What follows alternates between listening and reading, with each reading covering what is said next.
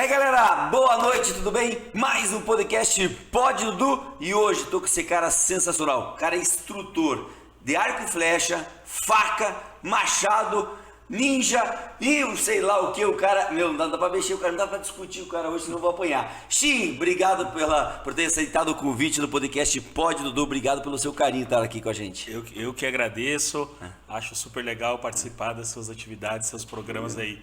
Eu sou samurai, não sou ninja. Ah, não é ninja? Ninja do mal. Existe isso? Sou samurai. O ninja é diferente? Tento fazer as coisas do bem. Eu não sabia, achei que o ninja e o samurai é a mesma coisa. Não, sou O samurai. ninja é do mal. É do mal. E o samurai é o cara do bem. Isso. Rapaz, mais uma que eu aprendi agora, hein, cara. Então ele é do bem, cara. Ainda bem que se fosse Mas do é uma mal, brincadeirinha, né? É uma brincadeirinha que a gente faz. Eu não sabia dessa. Isso vem lá do Japão. Isso, já é de antigamente, né? Então, eles diziam que os ninjas eram os shinobis, né? Que viviam em uns lugares que chamavam nas altas montanhas. E daí das altas montanhas, pelo fato deles conseguirem escalar, subir, né? Ter todo esse esforço físico e conhecimento mais da natureza, por eles estarem mais próximos de lugares desabitados, as vilas deles, eles eram, entre aspas, assim, chamados pelo governo para poder ajudar em operações especiais diferentes que eles precisavam fazer. E aí acabaram ficando famosos, né, por causa disso. Caramba, que legal. Eu nem ia começar por esse trecho, mas agora já falando em samurai agora, não em ninja. Eu sei que você foi para fora do país para estudar, para ser samurai, não ninja, né? Isso. E como que é a formação para ser um samurai? A gente pratica, falando de samurai, mas é porque a gente pratica artes marciais, né? Tá.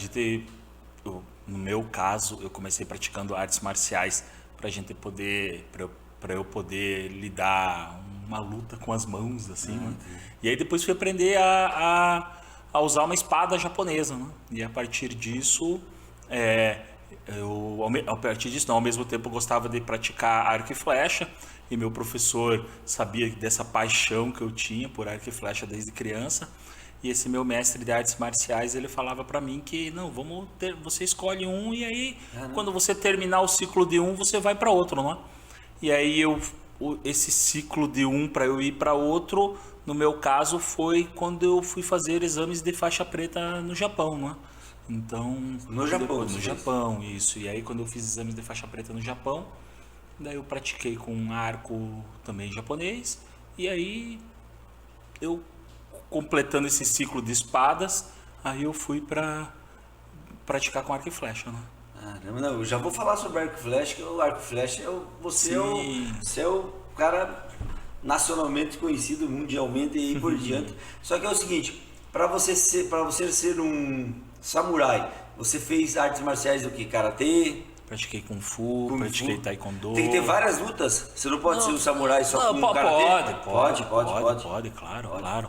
E também aqui, né, quando eu era mais novinho, assim, Curitiba é a capital de Muay Thai, né? Muay Thai. E daí quando eu era bem novinho, assim, ainda de criança para adolescente, daí tinha uma academia bem pertinho da minha casa, daí eu praticava lá também. E é isso que foi me chamando, até que uma hora um estilo que me chamou mais, que é chama Neikun, uma espécie de Kung Fu. E aí isso me chamou mais a atenção e depois eu fui para praticar lutas, não é? E aí depois o que me chamou a atenção foi a parte de espadas. Quando eu já era faixa preta de Neikun, eu fui buscar através das espadas, não é? O caminho das espadas. Caramba. Já vamos voltar para essa história aí, porque eu achei, você viu como que é legal. Eu já vou voltar para artes marciais, mas eu quero falar um pouquinho para a galera que está em casa agora, conhece você, Xim, arco e flecha. Você já fez competição de arco e flecha? Você já fez competição de machado? Estrela Ninja, você também joga? Estrelinhas Ninja também. Ninja. Deve ter vídeo teu aí, a versão de Estrelinha Ninja lá, né? Machado também. Machado também. Tem que ter muita técnica no machado, né? Não adianta ter força, né? Isso. É mais técnica no machado. É mais técnica do que força. Muito mais. Aquele dia que eu tava lá com você fazendo a gravação do programa, eu vi que você mostrou técnica e depois você vai aperfeiçoando a velocidade da mão, como jogar. Você não pode jogar muito fraco, mas também não pode jogar muito forte.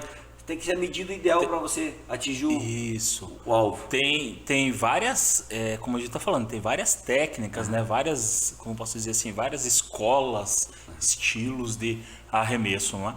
E uma coisa muito legal, assim, que eu acho que a gente tem que promover, e eu estou falando isso pela primeira vez em público, aí, assim, né? Que a gente tinha que promover aqui no país, é a gente trazer a memória do senhor que se chamava, né, já faleceu, Dalmo Mariano. Foi ele que difundiu, nossa, acho que na época de Orkut, ele tentava bastante difundir essa parte de arremesso de machado, arremesso de facas. Ele fazia tanta coisa dessa parte que ele era mais reconhecido fora do país do que dentro do país. Quando eu conheci ele tinha publicações dele em revistas alemãs, em revistas americanas de arremesso de faca no Brasil. E aí, uns 10 anos atrás, eu trouxe ele para... Ele era de Santos e eu trouxe ele para Curitiba. E aqui em Curitiba, a gente montou um curso assim para as pessoas, um workshop assim, né, para as pessoas conhecerem mais, e daí a gente foi difundindo. E eu acredito assim que dessa divulgação que a gente fez com que o arremesso de machado, o arremesso de facas, isso ficasse bastante em evidência, porque em conjunto nos Estados Unidos virou uma febre, e aí teve uma federação americana que começou a montar torneios em vários lugares, e isso veio para o Brasil, depois apareceu, fizeram foi repercutindo em feiras, etc. Né? Que legal. Não, é isso que eu falei, aqui falta um pouco, o Brasil falta um pouco de incentivo para várias coisas, né? Para vários esportes. Muitas pessoas põem só o futebol. Hoje ainda que está evoluindo tudo, graças a...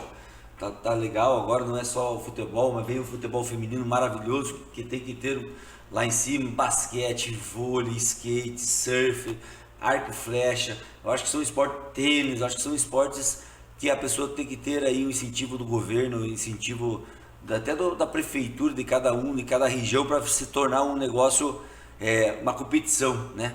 Eu acho que seria legal. Falando agora um pouco de esporte, agora a gente vai conversando sobre um monte de coisa. Arco e flecha é um dos esportes assim que pode trazer inúmeras medalhas, falando em governos, não é? Inúmeras medalhas para a cidade, para o estado, para o governo brasileiro, não é? Porque assim, você precisa investir, entre aspas, bem pouco comparado a esportes coletivos ou mesmo em esportes individuais como o atletismo. Por quê? Porque você tem que ter apenas o campo, o arco e a quantidade de arqueiros. E existe uma quantidade enorme de categorias que podem ser colocadas para ganhar medalha. Então vai ter medalha masculino, feminino, em equipe, dupla mista. Então são várias medalhas que você consegue ter com um esporte. Diferente, por exemplo, eu vou falar, não que seja ruim o futebol, né? É legal também.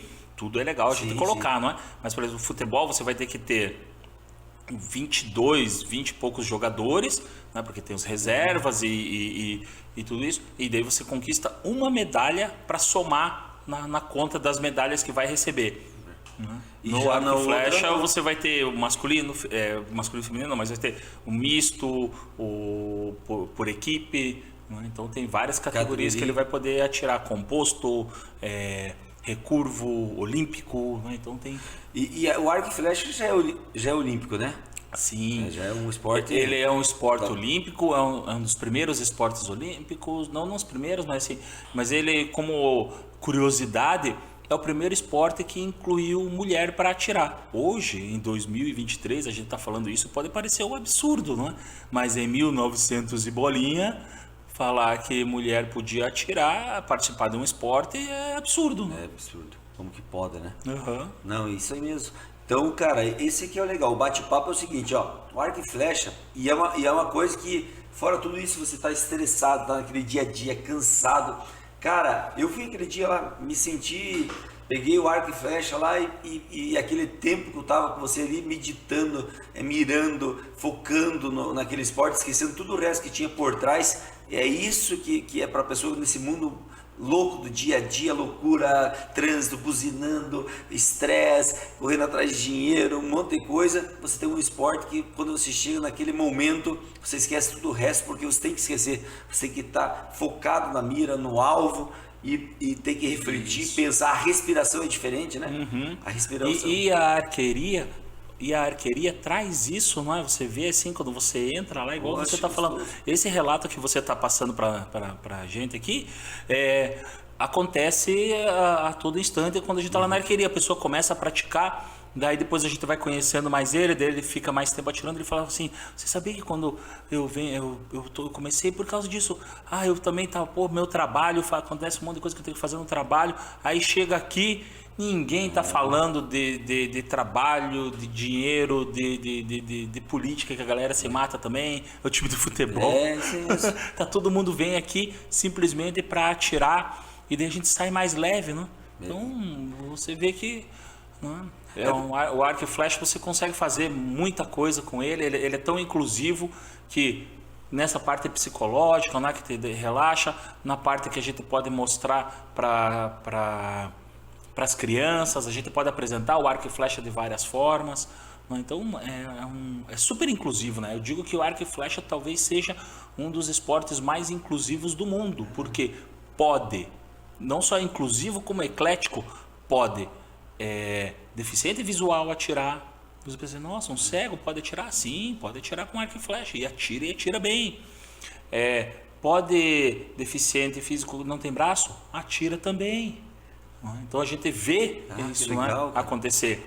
E essa parte eclética, porque assim, todo mundo atira com arco e flecha. Pode então, ser criança, criança, exatamente. Então você vê assim, se um dia a gente pegar o arco e flecha, não é legal, né, fazer isso, mas se a gente for numa praça, pegar o arco e flecha, a gente montar um alvo ali com segurança e ficar atirando, vai todo mundo ficar em volta, ai, como é que faz isso? Como é que é assim, não é? Agora se a gente pegar um estilingue e ficar ali na praça, montar uns alvinhos para atirar lá, a polícia já vem te carregar, né? Então, você vê como o arco e flecha é uma coisa mais natural da gente, assim, né? Eu gostei da tua ideia. Você já pensou em ir numa prefeitura para fazer isso um dia e lógico, conversar com a prefeitura e fazer uma ação social e pôr as crianças, os idosos, qualquer pessoa poder praticar isso? Já pensou? Uma liberação? Sim, nós temos uma ação social que nós fazemos. A gente não, eu até prefiro não ficar falando muito assim, porque quando a gente faz ação social, a gente faz porque a gente gosta, né? Do coração. Né? Não para fazer. Não para que a gente vai ficar fazendo propaganda. Exatamente, boa. Mas muitas pessoas, assim, eles falam assim, eu quero entrar na tua equipe de tiro com arco, né? Daí eu falo para ele assim, você tem que me dar alguma coisa em troca.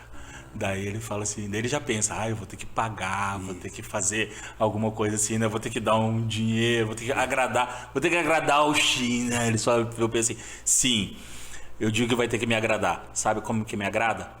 Vamos junto uma vez por ano fazer essa ação social, normalmente em escolas, numa escola que a gente já faz há algum tempo, que são crianças que passaram muitos problemas na vida, assim, não tiveram uma vida muito legal, e a gente vai ali e ajuda, a gente vai ali e atira com arco e flecha. Eu quero o teu tempo. Exatamente, quando eu falo assim, você tem que me dar alguma coisa, eu quero que você vá comigo, porque daí a gente tem mais arqueiros para ficar ajudando. Exatamente. Aí pronto, se você tem essa predisposição, pronto, acabou de entrar na equipe. Cara, que legal. Não importa, é só querer ajudar. Você faz não o é bem pra pro gente. próximo. Não é pra você gente. faz o bem pro próximo. Não é pra gente. Xin, agora vamos lá um pouquinho de você.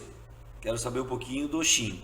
Xin, como você já imaginou ser arqueiro? Você já imaginou jogar machado, também arremessa faca, estrelas ninjas? A gente fala de artes marciais, e artes marciais. Como que você pensou? Desde criança tem esse sonho? Como que é? Desde criança eu tenho o sonho de ser um guerreiro, né? Agora eu olhando, né? Agora de velho, olhando para criança, eu tinha esse sonho, né? De querer ser o guerreiro, o samurai, né? Isso. E um dia para quem não sabe, a gente antigamente tinha que ir na biblioteca, né? Não tinha internet. Tinha internet, mas não era tão fácil a gente ter acesso, né?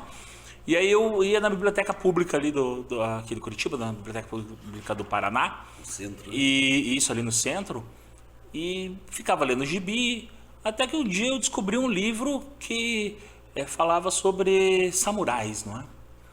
E deve estar lá esse livro. Uns 3 anos atrás eu fui lá e ainda estava o livro lá. Com certeza. E o livro não é, a gente não podia alocar o livro, era só de consulta local. E daí o que eu fazia? Eu ia lá quando de tarde acabava eu jogava handebol, saía do colégio e ia para lá. E ficava lendo o livro para depois da noite treinar. Né? Ficava inspirado para poder treinar, praticar artes marciais. E aí nesse livro falava que quais as habilidades do samurai, não é? Então daí falava que aprendia a lutar com as mãos nuas, não é? Daí aprendia a usar uma espada, aprendia também que você tinha que ter uma caligrafia bonita, mas não no sentido de só simplesmente desenhar a caligrafia, mas que você conseguisse se fazer entender, que você conseguisse concatenar suas ideias, que você entendesse a letra como a lei e como você conseguisse viver, não é? Daí, depois disso, você também, ao mesmo tempo, você aprenderia, o samurai saberia sobre atirar com arco e flecha, e por último, aprendia a falcoaria. Isso. Esse é bem legal, né? Daqui a pouco eu quero falar um pouquinho, para vocês terem uma ideia, para vocês segurarem a mídia, cara, eu vou te falar uma história e é sensacional, vale a pena aí. Ele tem um gavião mesmo, de verdade, cara. O gavião dá quanto assim? Eu digo assim, ó, se abrir as asas ele dá mais ou menos assim, né? Assim, se ele abre as asas ele fica mais ou menos desse tamanho. Eu digo assim, em termos de comparação bem esdrúxula, eu falo assim, ele é do tamanho de uma Coca-Cola, de uma garrafa de Coca-Cola de 2 litros. 2 litros. Um gavião asa de telha. Asa de telha. São várias espécies de gaviões? São várias espécies. A gente tem que pedir autorização do IBAMA, não é, para a gente ter ele. Eu participo de uma associação que recupera essas aves de rapina, que faz com que elas possam voltar à natureza, não é? Então aí faz, às vezes não, na maioria dos casos, ela foi por tráfico ou porque alguém caiu da árvore e não soube cuidar, porque precisa ter um conhecimento, não soube cuidar não de maldade, mas é porque precisa do conhecimento. E aí, a partir disso, a gente vai ajudando ela, o IBAMA pega, não é? A polícia leva para o IBAMA ou para o Instituto de Água e Terra, antigo IAP aqui do Paraná, e daí a gente tem um convênio que faz com que venha para que a gente possa recuperar essas aves de rapina e depois voltar para a natureza, né? Então a gente faz esse trabalho. Então é muito legal porque a gente consegue ver o falcãozinho ou o falcãozão, né? Fazer voltar ele para a natureza. Imagina, ele tá tudo machucadinho, daí a gente consegue fazer ele voltar para a natureza de volta. Caramba! E o gavião acho que uma das aves, tipo, ela tem uma velocidade, e qual que é a velocidade que ela atinge? Tem, que nem falcão peregrino, né? Mas esse a gente nunca reabilitou ele, né? Mas eles são muito rápidos, são uma das aves mais rápidas do mundo, não é? Porque exatamente assim a velocidade, eu não sei, mas deve ser que nem Fórmula 1, né? Porque ele fica lá no alto e daí do alto ele vê lá uma presa dele, sei lá, ele vê um pato. Daí ele desce igual um foguete, assim. E ele é maior do que o... É menor. É menor? É menor. Menor, cara. É menor. Caramba. É menor. Se você vê o falcão peregrino... Mas e a unha? As garras, né? As garras. As garras dela, desse falcão que você tem, desse gavião, né? É grande e quando pega, deve... Quando pega, machuca, né? Eles usam a garra para pegar. Então, depende da espécie do rapinante, porque pode ser gavião, falcão, águia. Então, dependendo assim, como pode dizer assim, da categoria dele, você consegue... Ele vai utilizar um membro para ser mais forte. Então, por exemplo, o gavião, não é? A gente vê uma árpia. Ou esse gavião, o asa de telha, né? Que a gente carinhosamente chama ela de Maria Bonita. E namora com o Lampião. O Lampião é de um amigo meu, daí eles namoram. E aí você vê que ela usa mais a garra. né? Daí se você vê um falcão, ele usa mais o bico. Então, Cada espécie isso, exatamente. tem a sua ação para poder pegar preso, né? E assim, a partir de quando a gente tem mais conhecimento sobre eles, a gente ali na associação, a gente consegue entender melhor de que a associação se chama Rapipar, né, Rapinantes do Paraná. Boa você falar isso para as pessoas entenderem. E a partir disso a gente consegue entender como é a vida deles e como muitas vezes alguns são domesticados e acabam a possibilidade muito grande que eles possam morrer. A gente, quando coloca para a natureza, a gente precisa treinar eles de volta. Então a gente simula situações que eles vão ter que aprender a caçar para comer. Senão eles morrem de fome. Exatamente. Senão ele acha que vai aparecer alguém lá e vai dar um pedaço de carne para ele comer. E eles comem, tipo, primeiro, antes de fazer perguntar o que eles comem, é o seguinte: qualquer pessoa pode ter um gavião? Tipo, se eu quiser comprar um gavião, eu posso comprar, vou lá no IAP, no antigo IAP, que se fala. Na verdade, agora tem uma empresa, até aqui em Curitiba, em São José dos Pinhais, que agora eu vi esses dias. Especialista em. Ele conseguiu as legalizações, as documentação tudo para venda e tem disponível. Tem umas corujinhas bonitinhas, tem gavião, falcão, sabe? Então tem aqui em Curitiba. Você vai ali, quando você compra, eles já fazem todo o processo de documentação para que você tudo possa certinho, ter tudo certinho para você ter. Mas assim, qualquer pessoa pode ter. Que legal. Simplesmente chegar ali, acho que é Capuã o nome da empresa, mas é uma empresa em E é caro um gavião? Dinheiro é relativo, né? É caro ter um helicóptero, né? Não, mas é relativo, né? É isso aí. Mas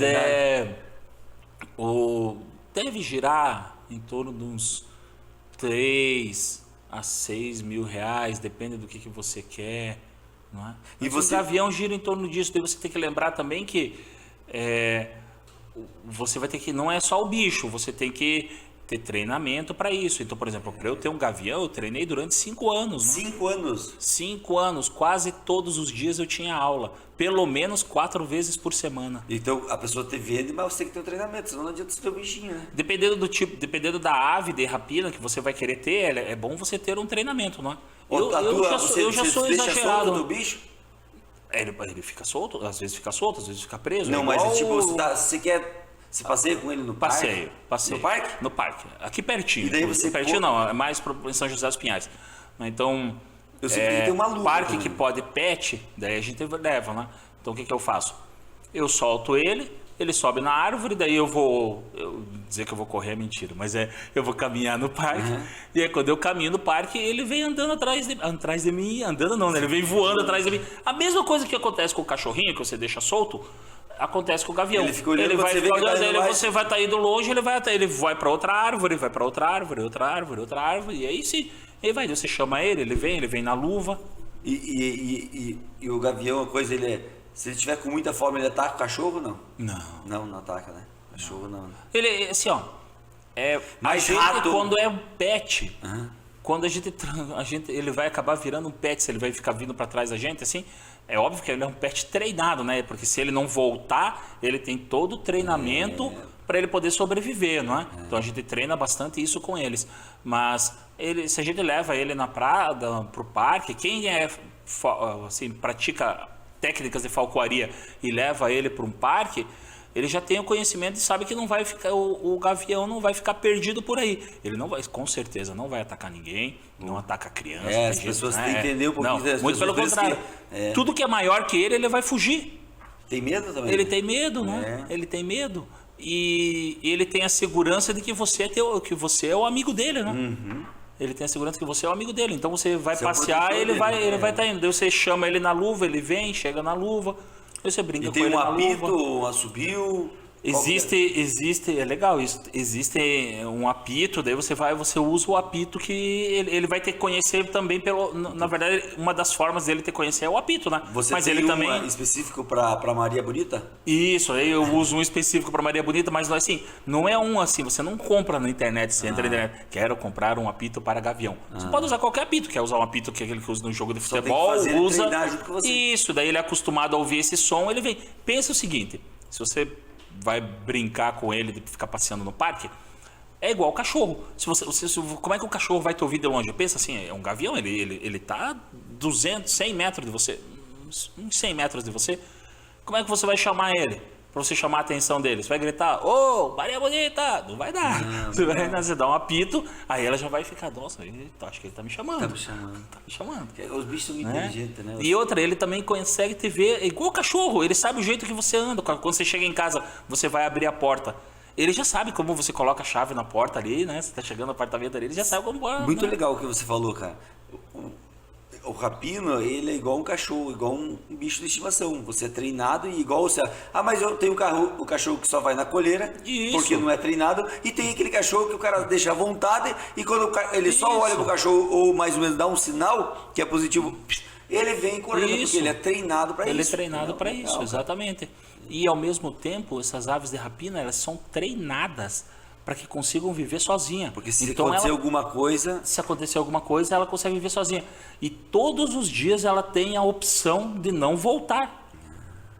É igual Deus deu para nós o dom Então- da vida. Todo dia nós temos o dom de acordar, poder se divertir, brincar. E o bichinho também é E livre para muita fazer gente, isso. exatamente, muita gente pensa assim, porque você tem o gavião e o gavião pode, você aprisiona ele. Não, a gente solta ele, pelo contrário, todos os dias, não vou dizer todos os dias, mas assim, 3 vezes por semana a gente Ele solta está disponível se ele quiser. Se ele quiser não voltar, ele não volta. E a gente é preparado, né? A gente é psicologicamente preparado para E isso. dá uma dorzinha no coração, mas é Dá uma dorzinha preparado no coração. sim, se acontecer Mas isso. e você pensa que tantos aqueles que a gente treina para voltar para a natureza, a gente sabe que a gente provavelmente nunca mais vai ver ele, né?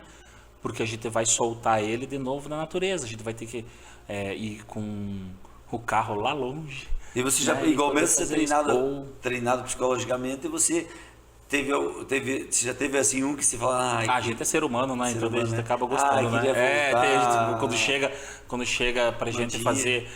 Quando A chega entrega pra na gente, a gente natureza. já. A gente vai. Chega pra gente, a gente fica uns 2, 3 meses com ele ali, daí a gente vai devolver pra natureza. A gente já deu nome pra ele, né? A gente já fez um monte de coisa. A gente tem aquele carinho pelo bicho, né? Isso que é legal, né? Mas a gente sabe que na natureza ele fica melhor do que com a gente, né? Então. Legal que vocês têm essa atitude, vocês treinam, voltam o bichinho para a natureza, porque é o ciclo da natureza. ciclo, Igual você tem o teu, mas se ele não quiser mais voltar, você treinou Isso, ele isso. e ele está preparado para a natureza e não vai passar fome. E essa relação que eu tenho com ele, a gente tem um diário, não é? Então, nesse diário, eu anoto as reações que ele tem, as que eu tive, não é? O que ele come. Então, E o custa quanto caro você ele manter ele para come. comer? Ele come uma carne fresca todos os dias, né? E daí, dependendo, às vezes é até mais caro do que o buffet que eu vou, né? Não, brincadeira. Não, mas deve ser. Deve ser. Brincadeira. Ele come bichinhos lá, ratinhos, né? Tem codorna, come, enfim, pintinho. É o bicho que É, foi o bicho projetado foi para projetado pegar a pra natureza. isso. Natureza é assim mesmo, não tem o que fazer. Esse é o ciclo da natureza. É isso, e é legal porque todo esse diário me ajuda e ajuda outras pessoas, biólogos, para que possam, né, médicos veterinários, né, para que possam entender mais, porque é a história que a gente tem. Então, a partir disso, você vai colocando opções para que para que a comunidade científica tenha mais acesso a essas informações sobre os rapinantes, não é? Boa. Mas agora, Shin, fala um pouquinho da tua história de arco e flecha. Você já competiu no arco e flecha, faca, machado, ou o teu maior forte é arco e flecha? Para onde você viajou? Quantos campeonatos você disputou? Se você chegou em algum campeonato já campeão, vice e assim por diante. Fale um pouquinho da tua história para nós. Nossa conversa é bem aleatória, né? A gente fala sobre artes marciais, falcoaria, Isso nem espera, arco né? e flecha, arremesso de machado, né? Enfim, sim, já fui campeão brasileiro algumas vezes. Algumas vezes. Caramba. Pode parecer, às vezes. Não, mas eu digo assim, que você é um cara humilde. Exatamente. Não, eu lembro que no começo, foi a primeira vez que a gente encontrou, uns 2 anos atrás, queria saber, o que você faz? Eu falei, nossa, eu vou ter que escrever para eu lembrar. E assim, não é porque eu fico me achando que eu sou campeão, assim, não, mas é porque eu treino, me esforço bastante, ganho, É isso não é? aí, falou Já bonito. fui campeão, Treina mesmo. Treino, sou dedicado, Isso aí. sou bem esforçado. Isso eu digo assim, quando eu me prontifico para alguma coisa, eu me esforço bastante. Assim como eu estava falando, 5 anos, você pode ter com menos tempo, né? Mas eu preferi treinar 5 anos para poder ter uma ave de rapina.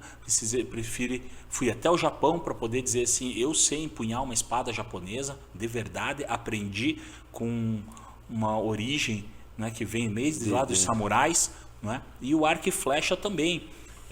Já fui campeão brasileiro algumas vezes, sou atual campeão brasileiro de algumas modalidades. Recebi um prêmio nesse final de semana passado agora de arqueiro do ano.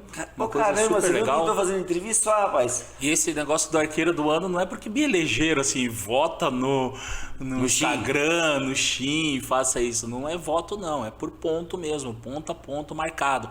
Então ser arqueiro do ano é a maior soma dos circuitos, de todos os circuitos elaborados pela Field Brasil, que é uma associação nacional que controla a atividade de arco e flecha aqui no país, não é uma das associações nacionais que controla e faz com que a minha pontuação na categoria que eu atirei foi a maior. E aí com isso eu adquiri. Já é a 4ª vez que eu recebo esse título, né? Já não só da mesma categoria, já. né? Isso me faz me sentir assim muito feliz e muito alegre, assim, porque eu vou estar atirando com um monte de arqueiro e a gente vai estar disputando ponto a ponto, né? E ele, que nem a gente está competindo, você vai querer dar teu melhor, eu vou dar meu melhor. Cara. E assim, dentro do espírito da amizade, sabe? Isso que me deixa bem, né? Para mim é como se fosse uma fortuna. Né? Uma parte da fortuna que eu tenho é poder ter atirado nisso. Fui falando nos títulos, fui vice-campeão mundial já 2 vezes. Mundial? Uma vez na Argentina, outra vez nos Estados Unidos. Campeão brasileiro algumas vezes, recordista brasileiro também algumas vezes. Acho que mais 5 ou 6 vezes recordista brasileiro. Campeão brasileiro já faz bastante tempo. Vice-campeão brasileiro também um monte. Assim, ser campeão uma vez é bem importante, não é? Eu digo para os meus alunos assim que é bem importante. Ser campeão uma vez é bem importante. Mas mais importante do que ser o campeão uma vez, se você curte e faz parte da tua vida fazer determinado hobby, não é? Ou determinada atividade esportiva, eu acho que você se realiza mais. Se você é bom mesmo, você está sempre entre as cabeças. Se você não ficou em primeiro, você vai ficar em segundo, fica em terceiro. Você está sempre assim. O pódio nunca é controlado por nós, não é? Se a gente entender isso, a gente vai ter uma motivação melhor, porque para a gente poder estar praticando um esporte, dificilmente você vai estar entre o primeiro. Você sempre estar ser o primeiro, né? A não ser que só tenha você na categoria, daí sempre você vai ser o primeiro, né? O que também não é nenhum demérito, porque se só tem você na categoria, outras pessoas podiam estar participando e não participam por determinados motivos. Você vê aqueles idosos que estão lá praticando e sempre eles ganham. Pô, mas ele tem 65 anos de idade e está enfiado no meio do mato atirando com arco e flecha junto com a gente, né? E pega um senhor de 65, 70 anos de idade que fica enfiado no meio do mato, faz uma trilha e sabe como que é? É bom pra saúde. Gente tem um mapinha, tipo esse o papelzinho que fica aí, só que a gente leva um papelzinho que tem um desenho de uma trilha. E aí eu sigo essa trilha e no meio do caminho lá, vou ter um alvo aqui, vou atirar no alvo, pego as flechas, daí eu vou para outro lugar. Começo a praticar, a prova começa oficialmente 9 horas da manhã, acaba 2 horas da tarde. Pensa, são 5 horas no meio do mato, atirando. Faz bem para a saúde. Para a saúde, psicologicamente. Isso. Agora também, pensa um senhor de 70 e poucos anos de idade, 60 e poucos anos de idade, ele fala assim, ele é o único da categoria, só ele ganha medalha. Merece. O cara não merece, tá ali? Merece. 5 horas no meio do mato, atirando com arco e flecha ali. Merece. Então, e outra, isso treina também o nosso convívio, né? É isso aí. 5 horas, vamos conversar sobre o quê? Vamos conversar sobre carro? Pô, vou lá do Dudu, comprei o carro do Dudu ali, vamos conversar sobre isso? Fui no podcast, já tem história para contar, não é? Ou então quem é mais velho, conta umas lições de vida pra gente. E todo mundo aprende com o outro, todo mundo aprende com o outro. É isso aí. Você vê assim, então, o arco e flecha, por isso que eu digo assim que ele é super inclusivo. É para todo mundo, só não é para chato. Tá chato, Mas ele inclui todo mundo sempre, porque se você é chato, como é que você vai ficar 5 horas Nossa, imagina no meio do mato? O cara vai falar, que cara chato, dá pra tirar esse cara dessa categoria, não? Então, a gente acaba lidando com um monte de ideias, não é? Então, isso que é legal. Mas mais do que falar de mim, assim, eu acho que o legal é a gente poder falar dos meus alunos. Quantos alunos da prática hoje que você tem? Já foi algum aluno campeão? Vários. Vários alunos campeões? Vários. Já tive aluno campeão mundial. Mundial? Alguns não é só um, não. Já tive alguns campeões que orgulho, mundiais. né, Aham. Mas quando é o mesmo orgulho que quando você é o campeão. Sim, na verdade eu tenho mais orgulho ainda. Né? Pensa assim, ó, pensa que eu consegui passar um ensinamento para um cara que virou campeão mundial, simplesmente o melhor do mundo. Exatamente, e não é só passar o ensinamento, é poder mostrar para ele que ele consegue, eu consigo fazer ele sentir a mesma coisa que eu senti quando eu fui campeão. Você consegue fazer quando você ganha alguma coisa. Qual é a maior alegria que a gente tem por a gente ter ganho? Né? Esse sentimento interno de que eu fui lá e fiz. E esse sentimento, se eu como professor, eu tento passar para todo mundo. E aí o que eu tenho que fazer? Eu tenho que entender isso, que para eu passar esse sentimento, eu tenho que melhorar a técnica dele, eu tenho que trabalhar a motivação. Porque então, muitas vezes o cara chega lá e tá... E às vezes eu estava desmotivado, e você que faz a motivação. Exatamente, ele, entendeu? Eu preciso, tem tanto problema por trás, porque E nós estamos falando de pessoas comuns. Exatamente. Não estou falando de uma pessoa que é um atleta que está lá para isso. Estou falando que é o Dudu, que trabalha, faz um monte de coisa, tem o podcast aqui, vai lá atirar com arco e flecha, e aí você vai atirando no começo e vai vendo, nossa, que legal, eu estou acertando o alvo. Mas como que é a competição? Daí eu mostro, a competição é assim.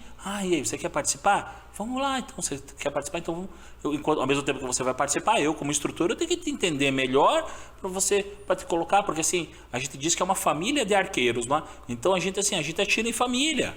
Mesmo que seja da outra equipe, tudo isso, a gente um ajuda o outro, claro, um ajuda o outro, não é? Um ajuda o outro. Pelo fato da gente fazer isso, a gente entende que meu adversário está lá, ele trabalha, tem a família dele, e a família dele com ele tiraram um tempinho para poder estar no campo, para poder estar tirando com a gente. Vamos fazer disso o melhor, né? Vamos tentar fazer isso o melhor tempo possível, o tempo mais agradável. Né? Então vamos proporcionar uma prova super legal, né? Vamos procurar ter conversas mais altivas, né? Dentro do que a gente tiver atirando. Por quê? Porque para cada dia, cada prova vai ser uma lembrança super legal do que ele passou. Verdade. E a organização da prova prepara condições para que, por exemplo, o Dudu vá lá e leve a família. Então tá o Dudu, a esposa e os filhos. Então torcendo pra gente, tá incentivando a gente. Isso, e daí às vezes quando essas provas que são lá no meio do mato, que a gente vai ter que seguir o mapinha, talvez a família não queira acompanhar, mas vai ter atividade para eles. Então, por exemplo, vamos ver o Campeonato Mundial que aconteceu na África do Sul. Tinha o quê? Enquanto o pessoal estava na pista atirando, tinha os familiares e os acompanhantes que estavam juntos. O que eles fizeram? Foram passear, fazer safari, tirar foto com a girafa, com o leão. Que legal, cara. Então tem isso aí. Agora o Campeonato Mundial vai acontecer em Foz do Iguaçu. Mundial em Foz do Iguaçu. No mês de agosto.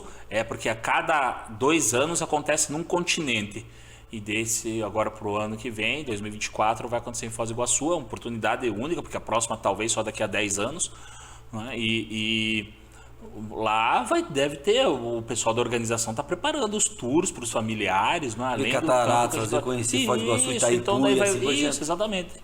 Então vai acontecer tudo isso aí. Então essa preparação que tem do arco e flecha para as pessoas é muito legal. E quanto tempo a pessoa pode tentar, e essa é mundial, né? Essa é uma competição. E quanto tempo a pessoa tem que se preparar para o mundial?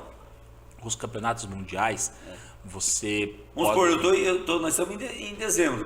Aí o Dudu quer participar. Eu quero participar, eu tenho chance de poder participar? Claro. Quando a gente fala em chance de poder participar, a gente tem que ver qual é o motivo pelo qual você está querendo participar. Por óbvio que você vai querer participar e quer o seu primeiro lugar, estar entre os primeiros lugares. Talvez seja mais difícil, mas você fala assim, eu quero participar porque eu quero conhecer como é uma prova, um campeonato mundial, em que são 5 dias seguidos de prova, nós vamos caminhar pelo mato, tudo isso aí. Eu quero saber, conhecer e me aperfeiçoar na técnica.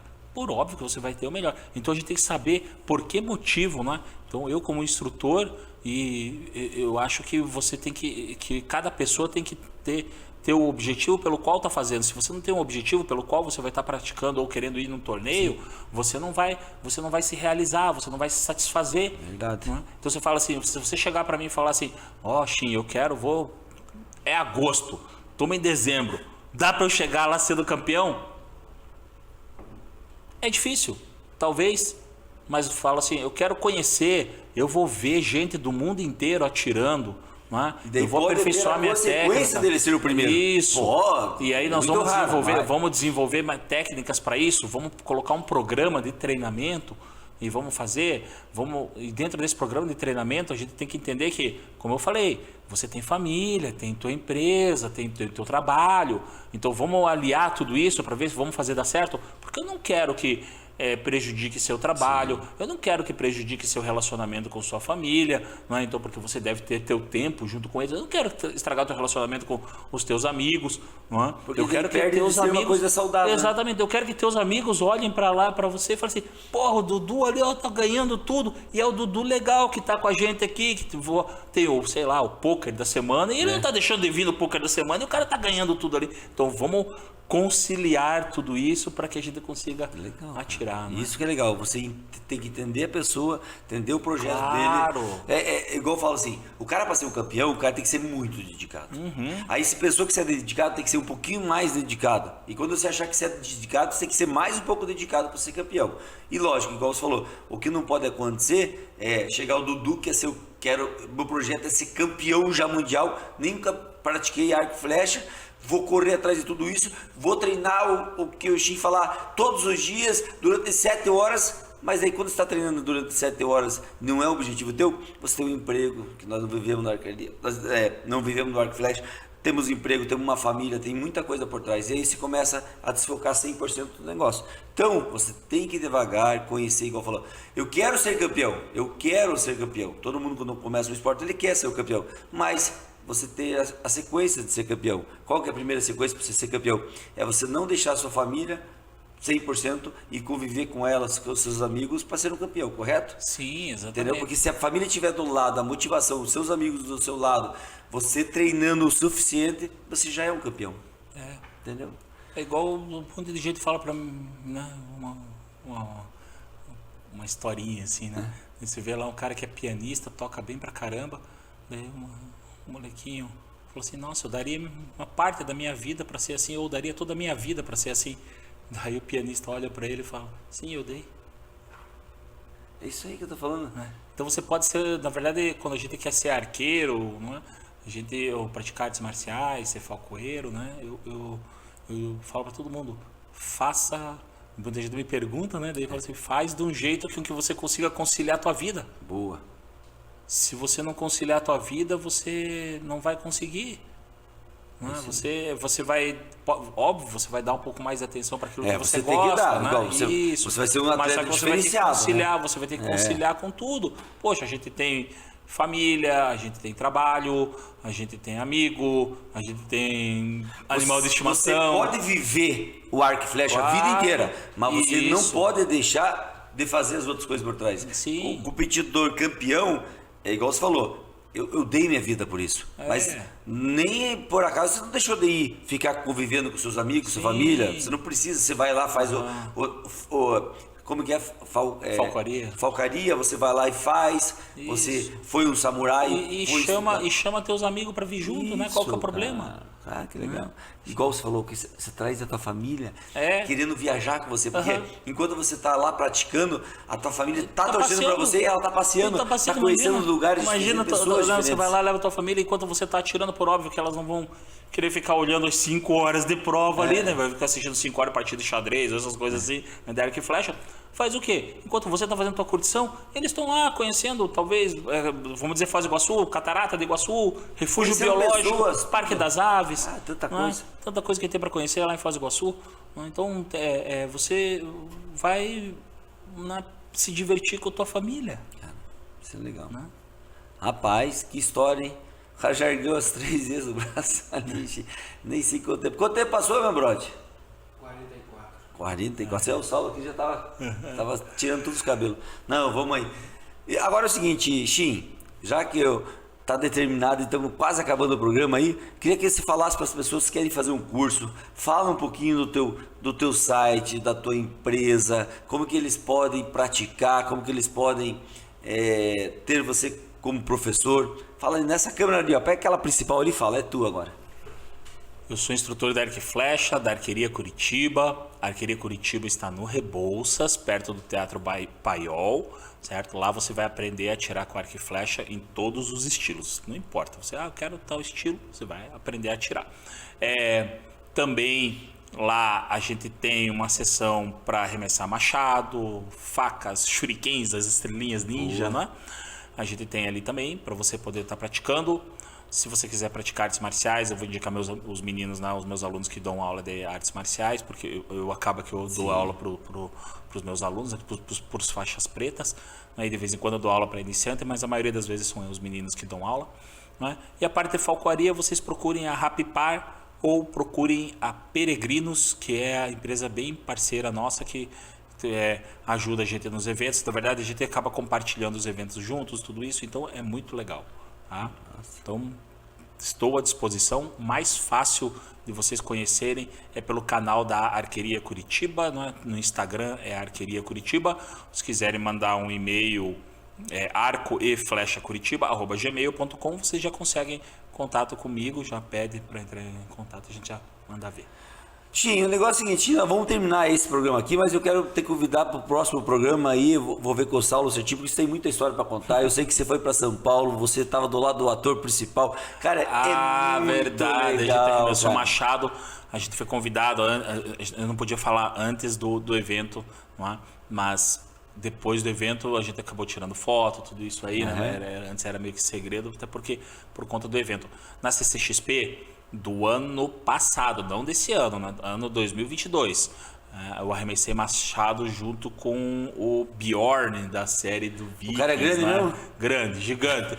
Eu tenho uma foto minha com ele que ele se abaixou. Olha, eu tenho 1,86m, 87m. Ele era bem mais alto que eu. Caramba. Ele teve que se abaixar assim para tirar foto comigo. Então o cara é grande, dá pra ver. Cara, e assim, o cara é super legal, acessível, boa, gente boa, humilde, né? Humilde. É super legal. Então nossa, a gente tem história para contar, dá pra gente setorizar. Não, é isso que eu falo. Assim, vamos setorizar. Né? Pra gente ficar falando.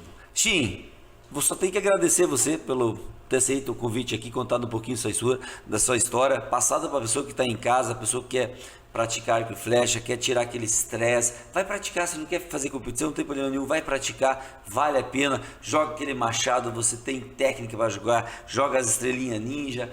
O cara é sensacional. E o seguinte, não estamos falando nada menos, nada mais do que o cara que foi vice-campeão mundial. Sabe o que é ser vice-campeão mundial, cara? Eu nem imagino isso. Você ser campeão brasileiro várias vezes da categoria, cara, é sensacional porque você merece. Você é um cara que se dedica no que você faz, igual você falou, para mim ter a minha águia, o meu gavião, você treinou 5 anos, você estudou, você treinava para isso, arco e flecha, você convive com isso. E o mais legal de tudo isso, a pessoa pode ser várias vezes campeão, vice-campeão mundial e ainda curtir os amigos, a família, isso que é o mais interessante. Galera, ficando com mais um podcast Pode, Dudu? Obrigado, Shin. Se eu falar agora, agradeço. Próximo dia começar o programa seguinte. Estou agora com o cara, sei lá quantas vezes campeão. Mas é sensacional. Obrigado pelo seu convite. Que Deus abençoe sempre. E tá convidado para o próximo podcast, porque tem muita história legal para nós conversar, explicar. E você que pode participar disso aí. Tamo junto. Fique com Deus e até o próximo podcast. Pode, Dudu? Que tudo pode.